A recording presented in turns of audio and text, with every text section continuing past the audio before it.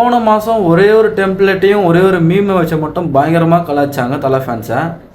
Citizen மூவியில் ஒரு டெம்ப்ளேட்டை வச்சு தலை ஃபேன்ஸ் ஒரு கூட்டமே காணாமல் போயிடுச்சு நாயரே சொல்கிற மாதிரி கலாய்ச்சிருப்பாங்க. இப்போ அந்த கிரியேட் பண்ண கூட்டமே காணாமல் போயிருக்கோம். ஏன் பார்த்தீங்கன்னா என்னடா சொல்கிறான் ஒன்றுமே புரியல தானே பார்க்குறீங்க. 2 அப்டேட் தரமாக வந்திருக்கு தலையை பற்றி. ஒன்று டேர் டேவின்னு சொல்லிட்டு டைட்டில் கார்டை விட்டுருக்காங்க, டைஸை மட்டும் வச்சு விட்டுருக்காங்க. அந்த டைஸை மட்டும் பார்க்கும்போது இது சூதாடுற படம் மாதிரி தான் இருக்க போகுது ஃபுல் அண்ட் ஃபுல்லாகவே.